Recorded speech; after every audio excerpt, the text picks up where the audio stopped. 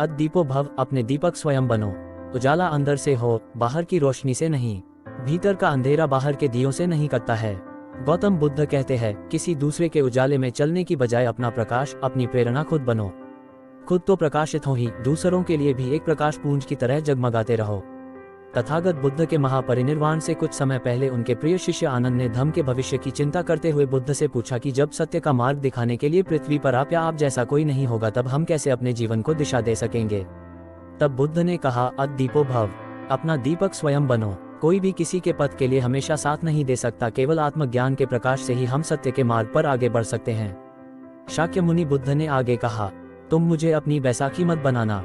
तुम यदि चल नहीं सकते और मेरी बैसाखी के सहारे चल लिए, लेकिन कितनी दूर चलोगे? मंजिल तक नहीं पहुंच पाओगे। आज मैं साथ हूं, कल मैं साथ न रहूंगा, फिर तुम्हें अपने ही पैरों पर चलना है। मेरे साथ की रोशनी से मत चलना, क्योंकि अंधेरे जंगल में थोड़ी देर का ही साथ हो पाएगा। तुम मेरी रोशनी में थोड़ी देर रोशन हो लोगे, फिर हमारे रास्ते अलग हो जाएंगे। मेरी रोशनी मेरे साथ होगी, तुम्हारा अंधेरा तुम्हारे साथ होगा। इसलिए अपनी रोशनी पैदा करो। मैं तो सिर्फ मार्ग बता सकता हूँ, खुद के बनाए उजाले में मंजिल तक चलना तो तुम्हें ही पड़ेगा। अपने दीपक स्वयं बनो। धम्म को अपने अनुभव से जानो। मुझसे पहले भी बुद्ध हुए और भविष्य में भी होंगे। हर व्यक्ति बुद्धत्व को प्राप्त कर सकता है। अद्दीपो भव, जिसने देखा उसने जाना, जिसने जाना वो पा गया, जिसने पाया वो बदल गया, और यदि नहीं बदला तो समझो कि उसके जानने में कोई कमी रह गई। बुद्ध ने मानव को जैसी स्वतंत्रता दी, वैसी किसी और ने नहीं दी। उन्होंने किसी धर्म, संप्रदाय, पंथ की स्थापना भी नहीं की। न कभी कहा कि मैं ईश्वर हूँ या उसका दूत हूँ या मेरी शरण से ही तुम्हारी मुक्ति होगी।